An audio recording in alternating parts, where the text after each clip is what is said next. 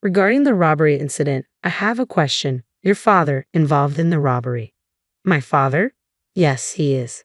Is he at home now? Yes, he's here. Would you like to speak with him? The police officer appeared puzzled by my tone momentarily before responding, yes, please. I led the police officer into the house. My father is right here. When the officer saw my father, he was visibly taken aback. Let me take you back a few months. My name is Joseph McCann, Sr. I recently secured a job at a major corporation. While I should feel relieved, there's still one thing I'm uncertain about. Whether I should take over my father's business. He's the president of a local factory. As a child, I once dreamed of inheriting that factory and following in his footsteps. However, during my rebellious phase, I started feeling ashamed of him, always in work clothes, covered in grease.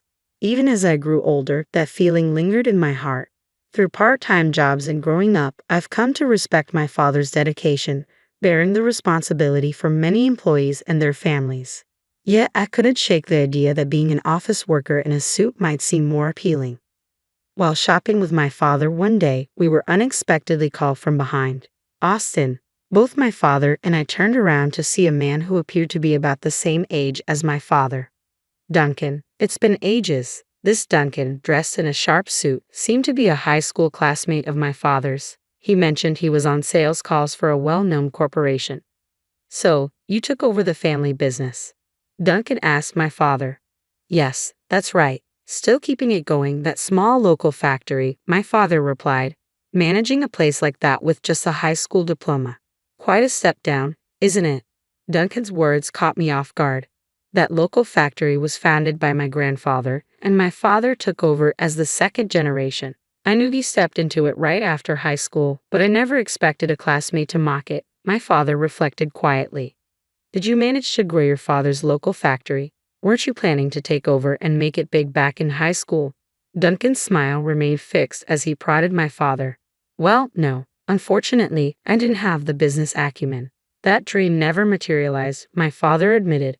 Ah, that's so like you. Skilled with your hands but not so sharp in the head. But hey, at least you didn't run it into the ground, right? Duncan chuckled heartily, patting my father's shoulder. I've got to get back to work. See you at the next reunion. With that he departed. My father, visibly unsettled by the encounter, muttered, "Shall we continue?" and began walking away. Tourism shopping. In that moment, I couldn't help feeling that my father's work, casually belittled without any defense from me, was being mocked. The decision between taking over his company or pursuing a position at a prestigious corporation now heavily leaned towards the latter. A few weeks later, my father's reunion took place. By coincidence, it was held at the restaurant where I worked part-time. The day was bustling, and initially, I managed to avoid serving the table where my father's reunion was seated. I thought myself fortunate. But eventually, the moment arrived. Bringing drinks to my father's gathering felt a bit awkward, but it was my duty. Our restaurant featured private booths exclusively. As I peeked into the spacious room designated for my father's group, he greeted me warmly near the entrance, saying, "Oh, Joseph. Is he your son?" A nearby woman inquired. My dad introduced me as his son, prompting me to politely respond, "Oh, nice to meet you. My father is in your care." As I placed the drinks on the table, I endured the inebriated classmates' remarks about how much I resembled my father or how serious I seemed, then made a hasty exit. From across the room, Duncan spotted us and called out, "Joseph, wasn't it? We just spoke the other day. Are you still planning to take over Austin's local factory?" When Duncan drunkenly questioned me, I responded with a mix of disdain and honesty, "No, I'm still weighing my options." Duncan then loudly advised, "Don't bother with it. Austin's company is nothing special. Joseph should aim for a position like mine instead of taking over that small-time business." He launched into a self-congratulatory tale of his career, but something felt amiss. He had claimed to be in sales during our last encounter, yet now he boasted about heading the accounting department. I sensed a discrepancy but chose to stay silent, wary of causing a scene. However, my father, influenced by alcohol, couldn't hold his tongue. "We just saw each other recently. Did you switch departments so soon? It's only been a few weeks. Quite a rapid promotion, eh? Sales didn't suit you." His words silenced Duncan, who stuttered in response. Yes, that's right. Sales wasn't my thing. I moved up to head the accounting department right after the switch. That's odd. I heard your company merged with a global enterprise, and the accounting functions moved overseas, didn't they? My father's observation revealed that Duncan's touted company had indeed merged into a global corporation. Others seemed aware of this but had refrained from commenting, leading to laughter at my father's remark. Hey Duncan, how's it going? Head of accounting at that merged company, right? My father's innocent question shattered Duncan's composure. Please, enough. I can't stay at this gathering. Embarrassed and frustrated, Duncan stormed out, his footsteps echoing loudly. I hope I didn't say something wrong, my father mused, concerned. Those around reassured him that it wasn't his fault. Duncan had always been sensitive. Seeing my father praised for his straightforwardness made me proud. Despite being a bit tipsy, he had the courage to voice what others struggled to articulate. It was admirable. 6 months passed. I continued grappling with the decision of whether to take over my father's company. The uncertainty weighed on me daily, leaving me increasingly confused. Then, one relaxing day at home, the doorbell rang. Since my mother wasn't home, I answered it. Yes. Hello, Mr. McCann, right? The visitor was a uniformed police officer. Startled, I replied nervously, yes, that's right, as worry crept in about what might be wrong. The officer said, I have some questions for your father regarding a robbery. Robbery? My father, I repeated, shocked. Yes, he's at home. Should I call him? Yes, he's here. Would you like to see him? My tone left the police officer momentarily puzzled, but he responded, yes, please. I pointed to this photograph on the altar. Here's my father, I explained. He passed away in a traffic accident. Oh, I'm sorry for your loss, the police officer said sympathetically. I asked him, who accused my father of robbery? I can't disclose that information. I apologize for the intrusion today. After expressing his regrets several times, the police officer departed. Who could have accused my father of robbery? I was frustrated, but soon found out. A few days later, I was at my father's local factory, now taking over since his passing. My mother had been helping out, but at over 50 years old and having limited experience with my father's work, it felt inadequate. It was up to me now. That's when Duncan burst in, demanding, Austin, come out. Give back what you stole. The factory's noise drowned out his words, but Duncan's voice cut through clearly, startling me. I wasn't the only one taken aback. The other workers paused in surprise as I addressed Duncan. My father isn't here. Then he's at home. Call him here. I've been robbed and I'm in trouble. Among the workers, I heard someone murmur, robbed the boss? Duncan, arms crossed, remained resolute, angrily insisting, bring out Aston.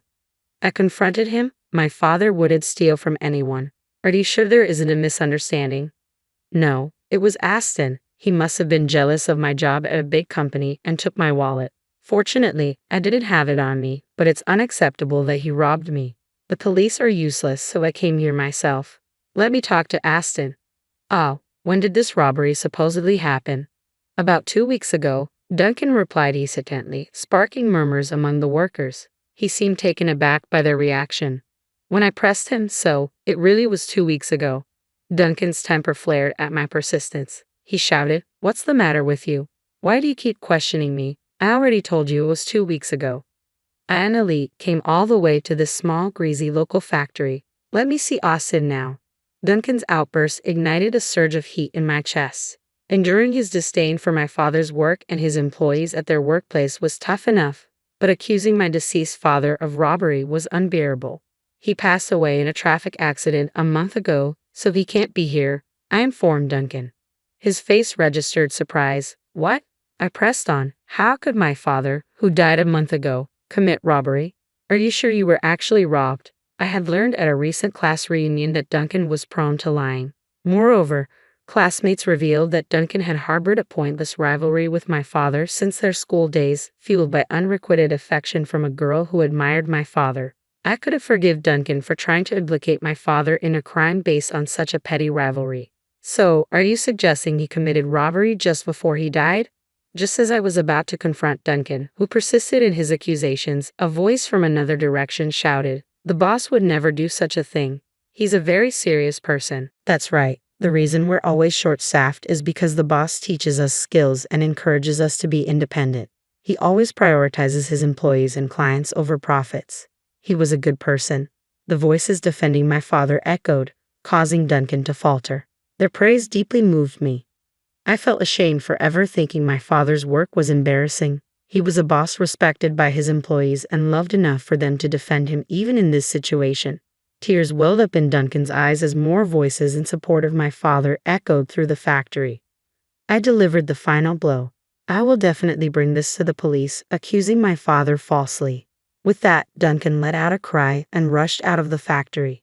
Following that, I went to the police to report Duncan's attempt to frame my father.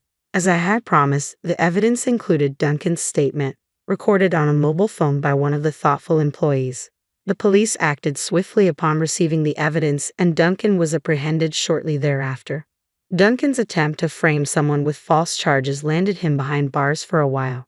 He had mocked my father while he was alive and continued to slander him even after his passing. I found some solace in thinking that he deserved the consequences. A few days later, a woman claiming to be Duncan's wife visited to apologize to my mother and me. When I asked if Duncan's vendetta against my father stemmed from the reunion incident, Duncan's wife sighed and confirmed, "Yes, that's right. It seems it struck a nerve. The reunion triggered it." It turned out Duncan had once been a high achiever but had lost his job and struggled to find new employment. Meeting my father seemed to trigger something in him. Duncan's obsession with status led him to fabricate stories which unraveled when he drank and contradicted himself, ultimately embarrassing him. In his rage, Duncan decided to scapegoat my father, I said, stunned by the absurdity of it all. Duncan's wife shared my disbelief and revealed she intended to divorce him. Without children, and didn't face a lonely future, even if he were to be released from jail. After graduating from college, I made the decision to take over my father's company. With my father recently passed away, I felt apprehensive about managing the business. However, the memory of the employees defending my father when Duncan falsely accused him stayed with me. It inspired me to strive to be a boss who earns the love and respect of my team, a lesson I deeply internalized. While my background in business school prepared me for the managerial aspects my father handled, I relied on the staff to teach me the technical aspects they were experts in. Their response was always supportive. "We'll teach you everything you need to know." As the boss's son, they willingly shared memories of my father, each story highlighting his remarkable character. "Dad, you were truly amazing. I regret not realizing it sooner while you were with us." "I'm sincerely sorry," I murmured to his picture, stained with oil after a day's work. I felt ashamed of ever considering his work uncool. These days were a testament to his dedication and hard work. "I'll strive to become a boss like you, Dad. I'll work tirelessly to make your dream a reality." I spoke to his picture, feeling as though my father was smiling back at me. My goal is to honor my father's legacy by expanding our local factory, a family business since my grandfather's era. I'm determined to carry on his vision.